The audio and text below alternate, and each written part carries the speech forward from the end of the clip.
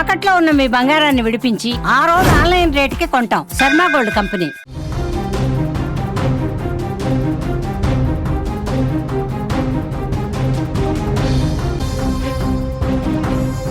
Big breaking news China. చైనా హాంకాంగ్ లో అల్లకల్లోలం సృష్టిస్తోంది. వైఫా తుఫాన్ పెను బీభత్సం సృష్టిస్తోంది. గంటకు 160 కిలోమీటర్ల వేగంతో భీకరమైనటువంటి ఈదురుగాలులు వీస్తున్నాయి. గాలుల బీభత్సానికి జనం అసలు రోడ్ల మీద నిలబడలేకపోతున్నారు. హాంకాంగ్ లో 400కు పైగా భవనాలు ధ్వంసమైపోయినటువంటి సమాచారం వస్తోంది. నేల కూలిపోయాయి. వందలాదిగా చెట్లు. నిరాశ్రులయ్యారు వేలాది మంది. విమాన సేవలకు కూడా తీవ్రమైనటువంటి అంతరాయం కలుగుతోంది. ఇప్పటికీ మనకు అందుతున్న సమాచారం అక్కడ చాలా విమానాలు 400కు పైగా విమానాలు రద్దయ్యాయి. దక్షిణ కొరియాలో కూడా ఇదే సిచ్యువేషన్ కనిపిస్తోంది. చైనా హాంకాంగ్లో పెను బీభత్సం వైఫా తుఫాను అల్లకల్లోలం సృష్టిస్తోంది.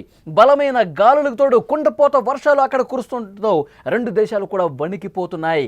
గంటకు 160 కిలోమీటర్ల వేగంతో వీస్తున్న బీభత్సానికి అక్కడ జనం అతలాకుతలమైపోతున్నారు. వందలాది భవనాలు ధ్వంసమయ్యాయి.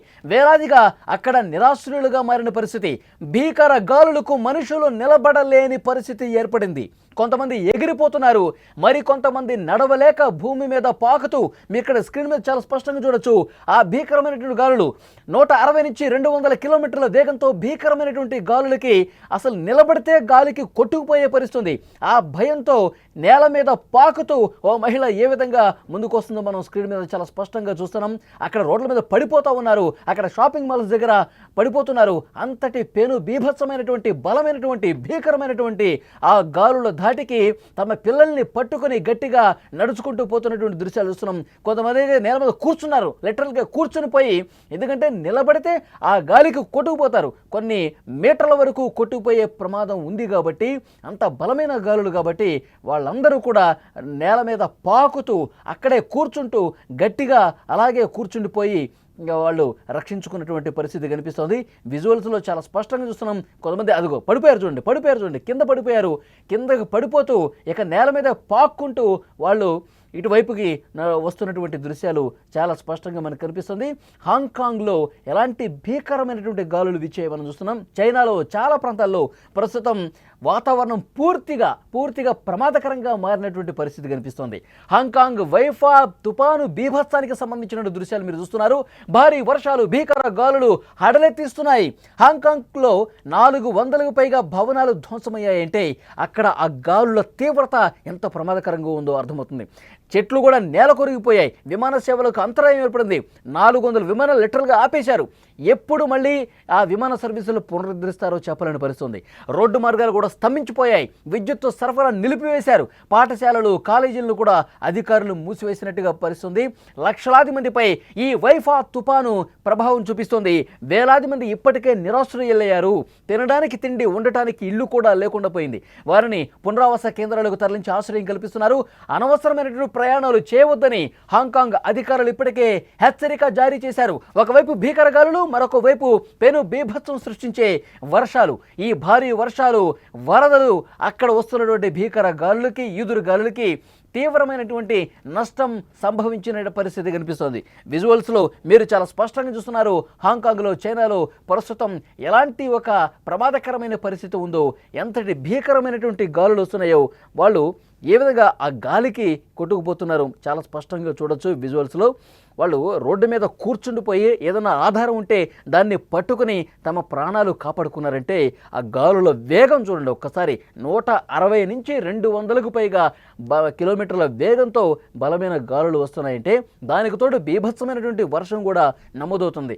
ఇప్పటికే అక్కడి గాలులకు హాంకాంగ్లో 400 బిల్డింగ్స్ దాదాపు నామరూపాలు లేకుండా పోయాయి.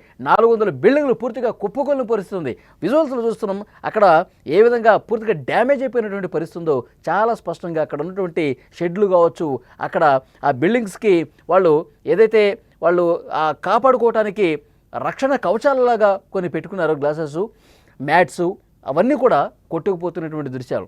సముద్రం ఎంత అల్లకల్లోలంగా ఉందో విజువల్స్లో ఇక్కడ మీకు అర్థమవుతుంది. ఆ గాలుల తీవ్రతను, ఆ చెట్లు ఏ విధంగా ఊగుతున్నాయో బట్టి మనకి చాలా క్లియర్గా అర్థమవుతుంది.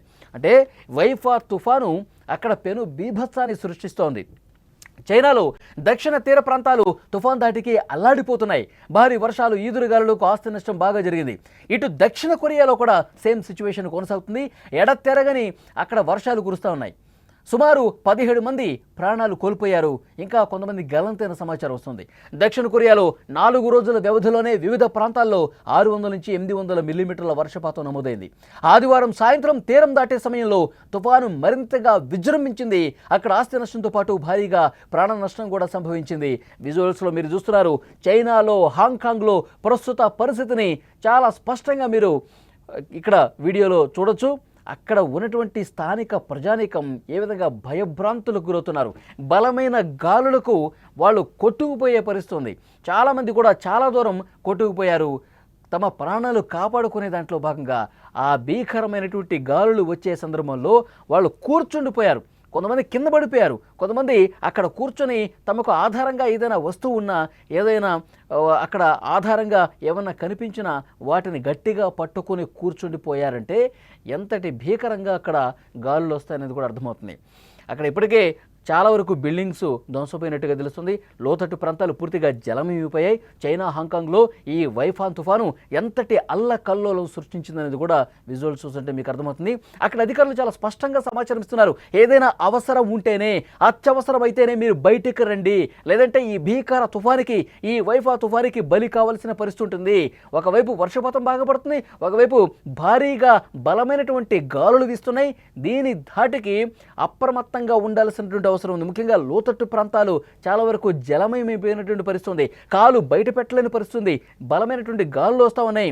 ఎమర్జెన్సీ అయితేనే, మీరు బయటకి ఏదన్నా కొనుక్కోవాలన్నా, ఏదన్నా పని మీద వెళ్ళాలన్నా కానీ అది ఇంపార్టెంట్ అయితేనే వెళ్ళండి. ఎందుకంటే ఎప్పుడు భీకరమైనటువంటి గాలులు వస్తాయో, ఎప్పుడు వర్షపాతం నమోదవుతుందో, ఎప్పుడు అక్కడ బీభత్సమైనటువంటి పరిస్థితి ఉంటుందో కూడా అధికారులు చెప్పలేని పరిస్థితి ఉంది. ఇప్పటికే రెస్క్యూ బృందాలు చాలా వరకు ఏర్పడ్డాయి. హాంకాంగ్లో కావచ్చు, చైనాలో కావచ్చు, దక్షిణ కొరియాలో. ప్రస్తుతం అక్కడ ఉన్నటువంటి వాతావరణ పరిస్థితులు చూస్తుంటే ఏ క్షణం ఏమవుతుందన్నటువంటి ఒక భయానకమైన పరిస్థితి కనిపిస్తుంది. వైఫా తుఫాను తీరం దాటే సమయంలో అల్లకల్లోలం కనిపించింది. విజువల్స్లో మీరు చూడొచ్చు. 200 కిలోమీటర్ల వేగంతో బలమైన గాలులు అంటే ఇది జోక్ కాదు, చాలా సీరియస్గా తీసుకోవాల్సినటువంటి విషయంగా కనిపిస్తుంది. గతంలో ఎప్పుడూ కూడా ఇంత బలమైనటువంటి గాలులు ఈ ప్రాంతంలో రాలేదు.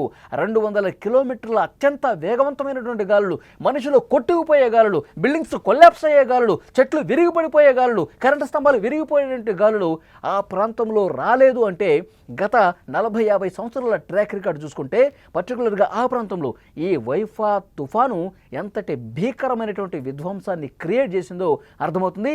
మనకు అందుతున్నటువంటి సమాచారం 17 మంది ఇప్పటి వరకే చనిపోయారు. కొంతమంది గల్లంతైన సమాచారం వస్తుంది. సో వాళ్ళ కోసం గాలింపు చర్యలు జరుగుతున్నాయి. మరోవైపు ఎక్కడైతే విద్యుత్తును నిలిపివేశారో అక్కడ పునరుద్ధరణ చర్యలు తీసుకుంటున్నారు. ఎక్కడైతే బిల్డింగ్స్ కొలాప్స్ అయ్యాయో అక్కడ రెస్క్యూ జరుగుతోంది. ఈ భీకర గాలులు తీవ్రతకు సంబంధించిన దృశ్యాలు మీరు చూస్తున్నారు. మనుషులు కొట్టుకుపోయే, అంటే రోడ్ల మీద ఉన్నటువంటి చిన్న చిన్న వస్తువులు కొట్టుకుపోవడం కాదు, ఏకంగా మనుషులే ఎగిరిపోయేంత బలమైనటువంటి గాలులు వచ్చాయంటే దాని తీవ్రత, ఆ తుఫాను తీవ్రత ఏ స్థాయిలో ఉందో అర్థం చేసుకోవచ్చు. ప్రస్తుతం అక్కడ రెస్క్యూ ఆపరేషన్ జరుగుతున్నాయి. ఎక్కడైతే మనుషులు కొట్టుకుపోయినటువంటి సమాచారం వచ్చిందో వాళ్ళకు సంబంధించిన డీటెయిల్ తీసుకుంటున్నారు.